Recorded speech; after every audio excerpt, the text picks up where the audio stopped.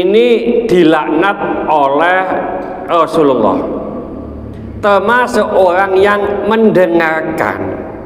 Ini ada orang meratap, langsung kita dekati, wis tayu, sabar, sabar, iki wis pasti ini Gusti Allah, ya. Kalau kita mendengarkan, ikut mendengarkan, maka juga dilaknat. Makanya dari Ummi Atiyah tadi itu kami berjanji kepada Rasulullah bahwa kami tidak akan meratap. Hadis yang ketiga, mayit itu disiksa di kuburnya karena ada orang yang meratap atasnya. Ngapunten ibu-ibu, biasanya ini ibu-ibu.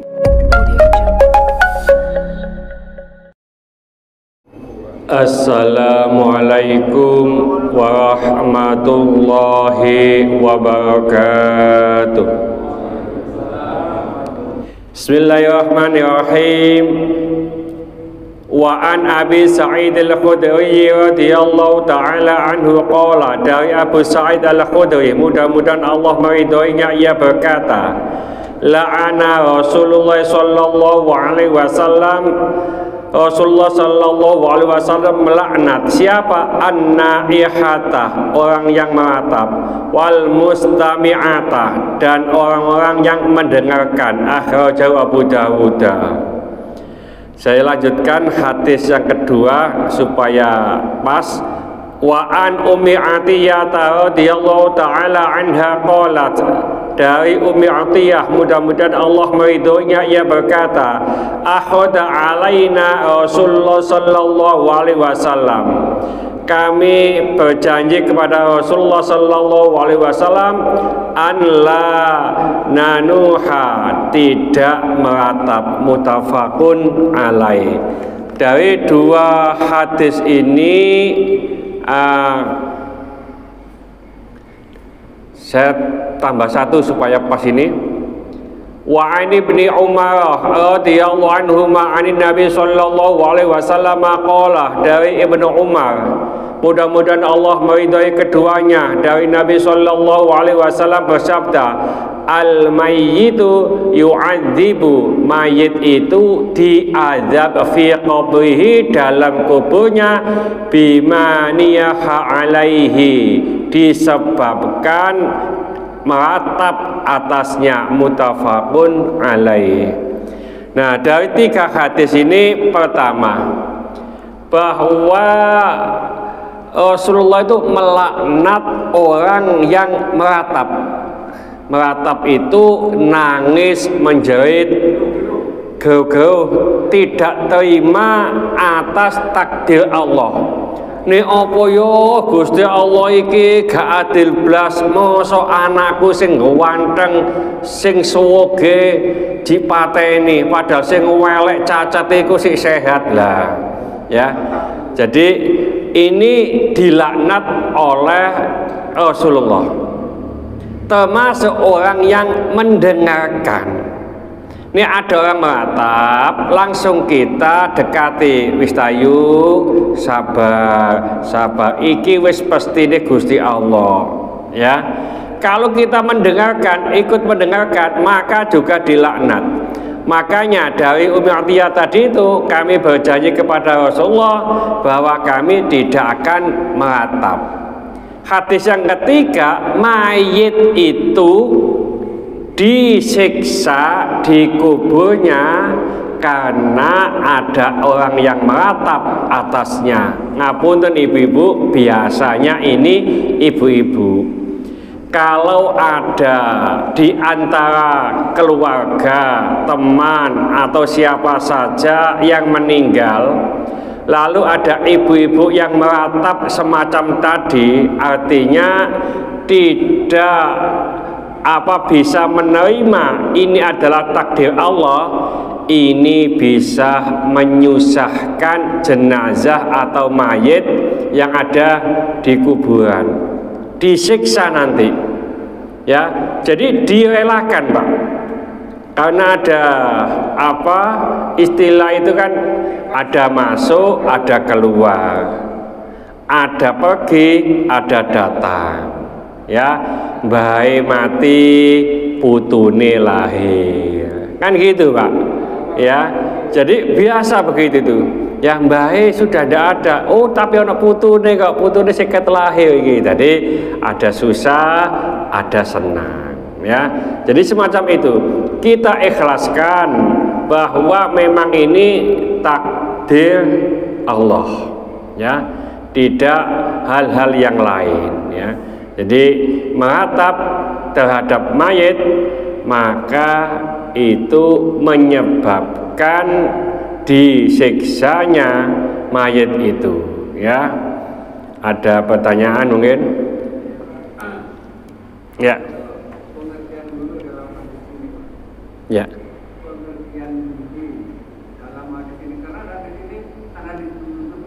Iya. Jadi kalau di nahwu itu Pak ya, nahaitukum itu fi'il madhi. Gak usah pakai dulu Pak. Fi'il madhi itu dulu. Gitu loh. Jadi nahaitukum, ya. Jadi saya melarang kamu, tapi tidak ada dulunya. Tapi itu fi'il madhi, maka dulu. Nah, gitu loh. Jadi pengertiannya semacam itu kalau di nahwu. Jadi nggak ada, ini kok nggak ada bahasa Arabnya dulunya, kenapa? Nah gitu. Terus kedua, kenapa bisa tahu dulu atau tidak? Itu bukan saya, tapi yang tahu dulu tidaknya itu adalah ulama. Contoh begini, contoh. Nanti sembelihan Mbak, sembelihan ya. Ada hadis sahih, hadisnya sahih. Rasulullah melarang menyimpan daging korban lebih dari 3 hari.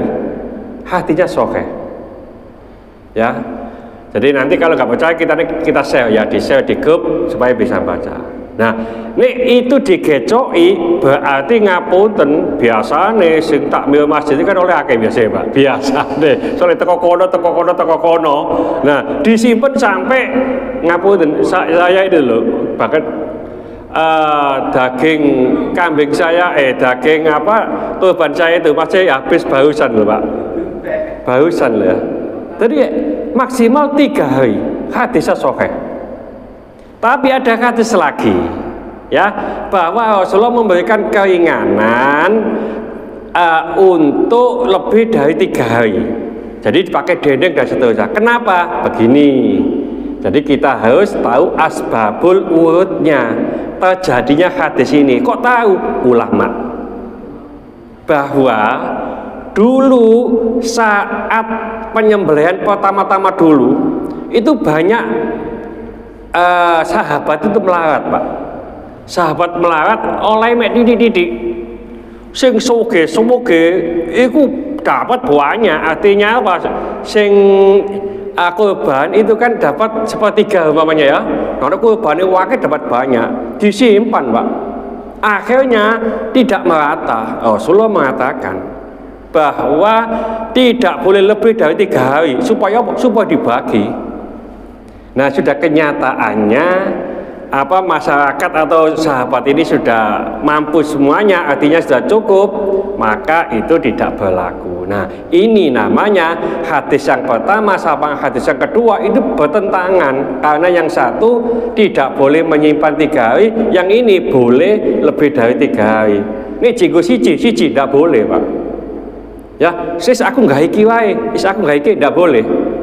Nah ini namanya mansyuk. Makanya ngapunten, Sayyidina Utsman itu ada orang yang ceramah begini, terus ditanya, kamu ceramah tahu ilmu nasakh mansukh? Gak tahu. Sayyidina Utsman, turun dulu kamu sesat menyesatkan. Karena apa? Kalau nggak tahu nasakh mansukh itu nanti hanya gecoki satu Pak. Contoh di Quran ya, kan nanti bisa diperjelas di Ustadz siapa? Ali siapa Pak? Pak Zainul ya. Hukum minum khamar pertama hukumnya itu ada manfaat, ada mudarat. Mudaratnya lebih besar. Itu hukum khamar. Nih iki digecoki gak haram Pak. Wong lho kok ono manfaate? Iya. Kalau di kitab tafsir Ibnu Katsir itu bisa diperjualkan, Pak. Diperjualkan kan oleh badi, nggak haram, Pak. Pertama nggak haram, karena ada manfaat, ada mudaratnya, tapi mudaratnya lebih besar. Aku ngombe kalau nggak mabuk, nggak apa-apa. Yang kedua, jangan mendekati tempat sholat, artinya waktu itu sholat, ya, kalau dalam keadaan mabuk. Tapi nggak haram. Kenapa? Asbabul nuzulnya, ada sahabat itu sholat baca kul ya ayyuhal kafirun, gak entek-entek, wala ana abitum ma abattum wala antum wala ana abitum, terus begitu karena mabuk, Pak. Ya, buat kasete, tapi nggak haram.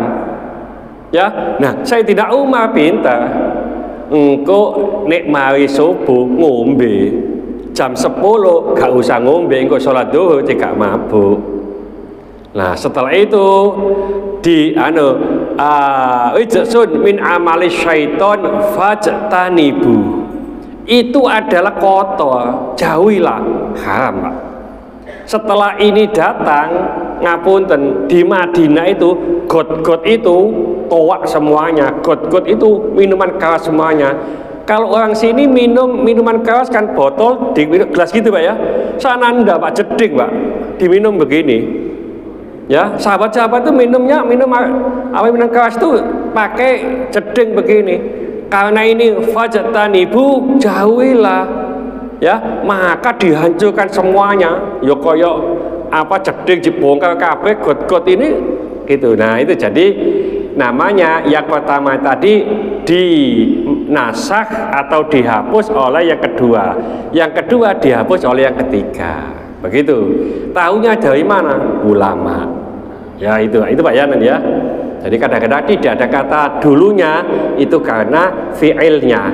Lalu fi'il amar umpamanya, ya, nahaitukum an jawatil kubur fazuruha, maka berziarahlah. Berziarah itu fi'il amar. Fi'il amar waktunya itu saat ini sampai saat nanti. Jadi saat ini diperintah, nanti juga diperintah. Itu fi'il amar. Ya. Nah, fi'il madhi itu lampau. Ya, meskipun tidak ada fazuruha, maka berziarahlah saat ini sampai kapanpun, tidak ada begitu. Itu aturan nahwunya begitu. Ya, ada lagi mungkin? Ya, monggo.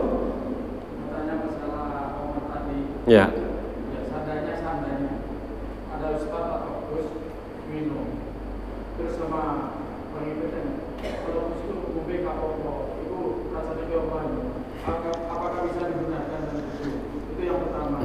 Terus yang kedua, apabila ada orang meninggal yang masih punya tanggungan sholat, yang afdalnya itu bagaimana untuk menggantinya? Iya. Jadi begini, contoh ya secara real, ya, itu Gusmi ya umpamanya, ya.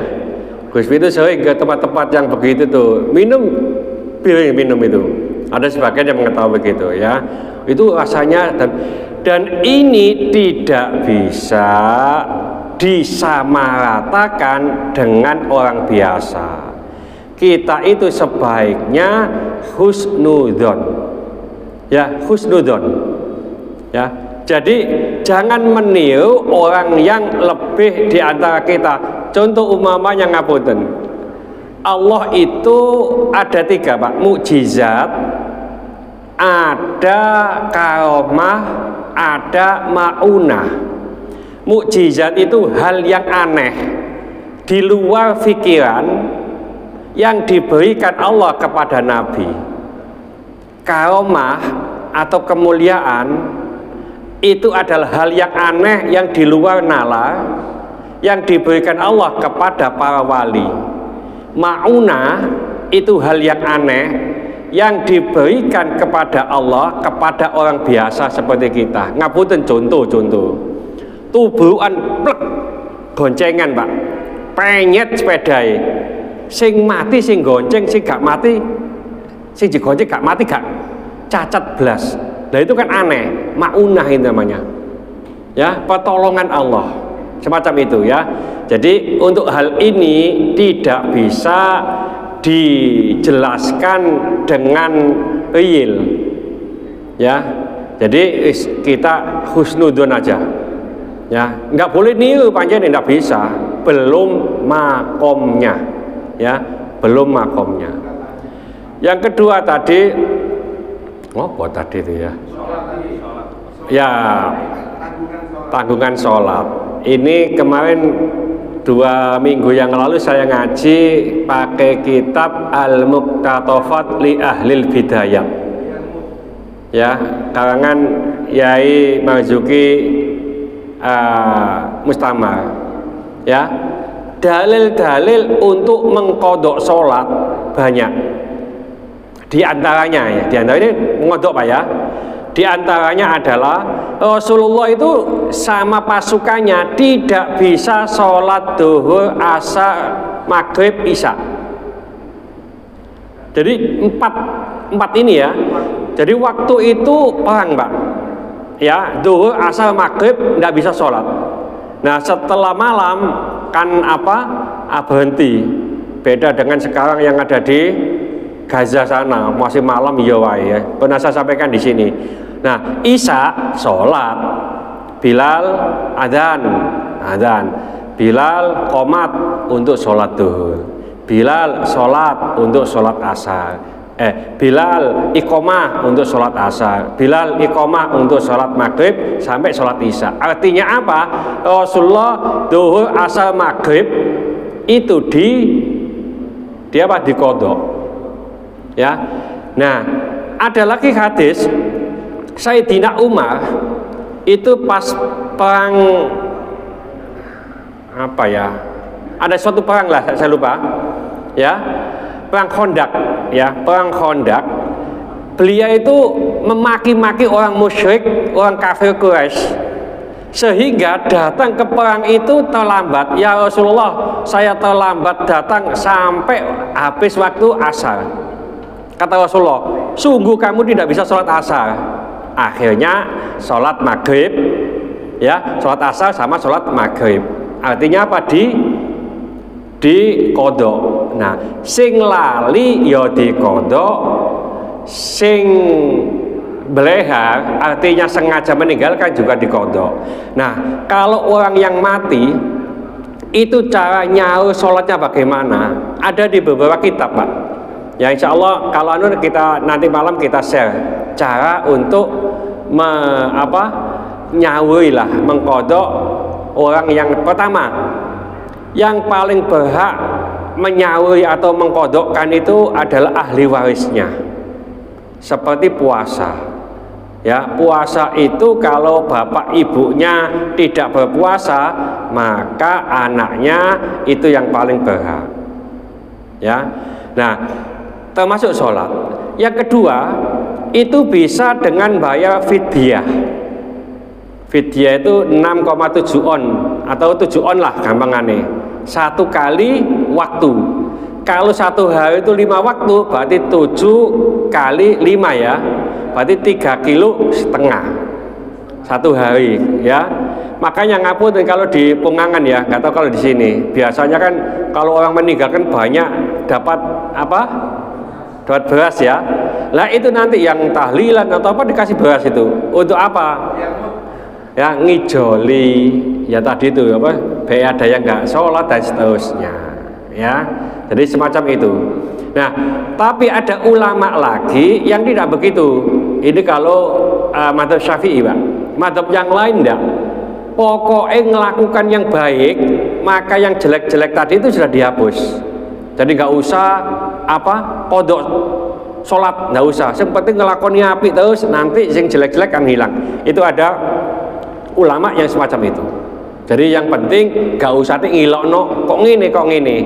Ya ikut ulama kono monggo, ikut ulama kene ya monggo. Itu ya. Jadi kalau mazhab Syafi'i ya tadi dikodoi oleh anaknya atau dibayar fidyah. Mudah-mudahan sedikit ini dibarengi hidayah Allah Subhanahu wa taala. Mudah-mudahan segala hajat kita dikabulkan Allah, segala kesulitan kita dibantu oleh Allah. Mudah-mudahan anak kita menjadi anak soleh soleha, taat kepada Allah, patuh dan nurut kepada kedua orang tua. Dalam kasih keturunan, mudah-mudahan Allah memberikan keturunan yang soleh soleha. Dalam kasih jodoh, mudah-mudahan Allah memberikan jodoh yang soleh soleha. Mudah-mudahan di antara kita, keluarga kita, handetolan kita, tetangga-tetangga kita yang saat ini sedang sakit, baik di rumah sakit maupun di kediaman, mudah-mudahan Allah cepat mengangkat penyakitnya, menyembuhkan penyakitnya, dan mudah-mudahan Allah memberikan kesabaran kepada yang sakit, dan dengan kesabaran ini mudah-mudahan Allah mengangkat seluruh dosa-dosanya, dan mudah-mudahan Allah mengampuni dosa-dosanya orang yang menzalimi kita. Al-Fatihah. Bismillahirrahmanirrahim. Wal 'asri innal insana lafi khusrin illa alladziina aamanu wa 'amilus shalihati wa tawassaw bil haqqi wa tawassaw bis sabr. Subhanakallahumma wa bihamdika asyhadu an la ilaha illa anta astaghfiruka wa atubu ilaik. Assalamualaikum warahmatullahi wabarakatuh. Allahumma shalli ala sayyidina Muhammad.